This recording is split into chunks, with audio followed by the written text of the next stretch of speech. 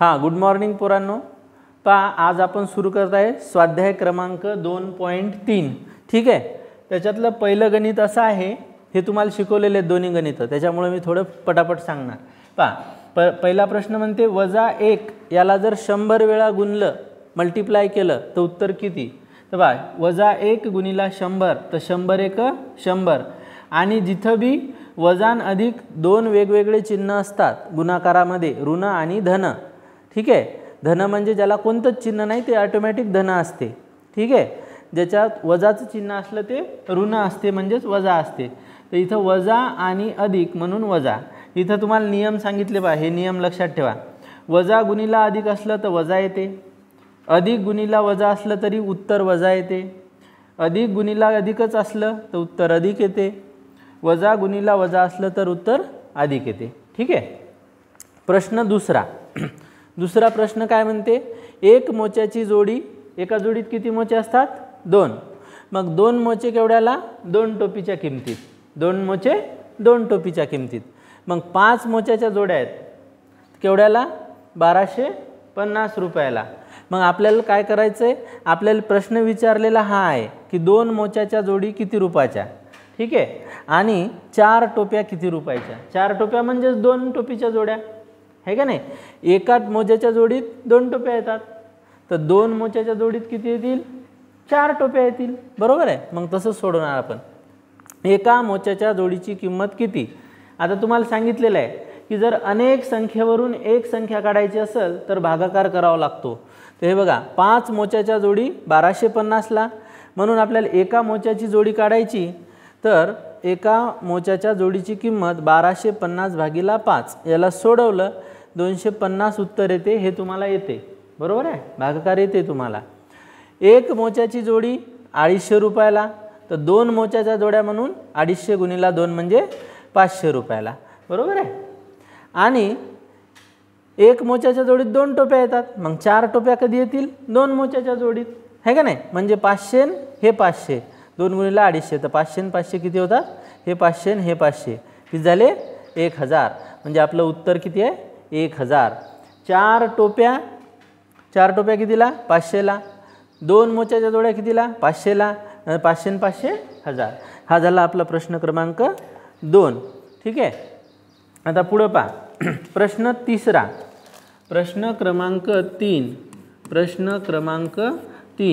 स्वाध्याय तोच आहे. स्वाध्याय क्रमांक किती आहे? 2.3. तिसरा प्रश्न काय म्हणते पहा, 2 अंकांची बेरीज 8. ठीक आहे. 2 अंकांची बेरीज 8 आणि त्याच 2 अंकांचा गुणाकार 15 आला पाहिजे. तर असे कोणत्या संख्या आहेत पोरं? हे पहा, 3 अधिक 5 किती होतात? 8. आणि 3 गुणिला 5 किती होतात? 15. आलं लक्षात? पहा, 2 अंकांची बेरीज 8 झाली. 3 आणि 5 8.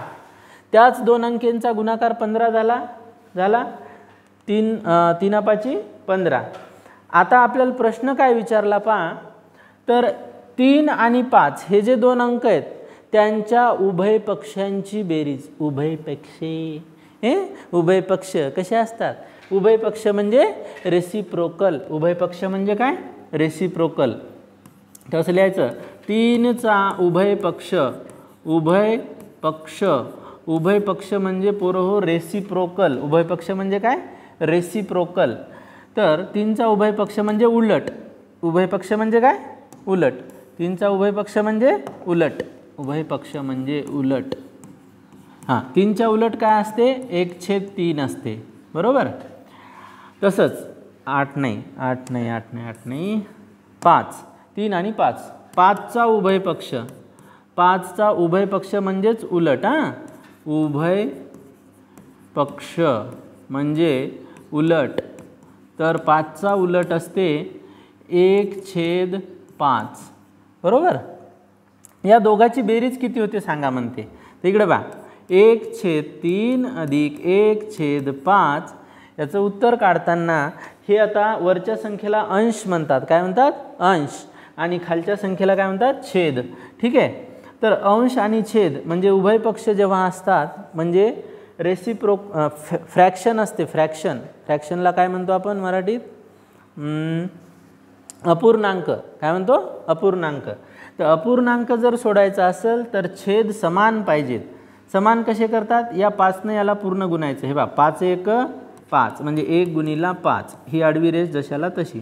5 गुणिला 3 म्हणजे 3 गुणिला 5 अधिक या 3ने इकडं गुणायचं तसंच 1 गुणिला 3 5 गुणिला 3. काहीच नाही केलं, या 5ने या दोघाला गुणलं, या 3ने या दोघाला गुणलं. याला म्हणतात तिरपा गुणाकार. काय म्हणतात, तिरपा गुणाकार. इंग्लिशमध्ये क्रॉस मल्टिप्लिकेशन. ठीक आहे. आता याचं उत्तर काढा. 5 1 5 इथं दिसते का रे, दिसते का? हां 5 1 5 5 3 15. ठीक आहे. अधिक 3 1 3 5 3 15. झाले का छेद समान? हे आणि हे समान आहे, हे 15 आणि 15. आता याची आपण डायरेक्ट बेरीज करू शकतो. इथं असं करायला जमत नव्हतं. 1 आणि 1 2 आणि 3 आणि 5 8. ठीक आहे. असं लिहायला चालत नाही. असं लिहायला चालते का?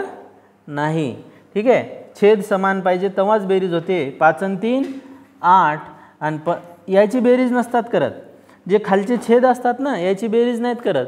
दोघांपैकी कोणता एक लिहून टाकतात. 8 भागिला 15. हे झालं पोरं तुमचं उत्तर. हे झालं उत्तर 8/15.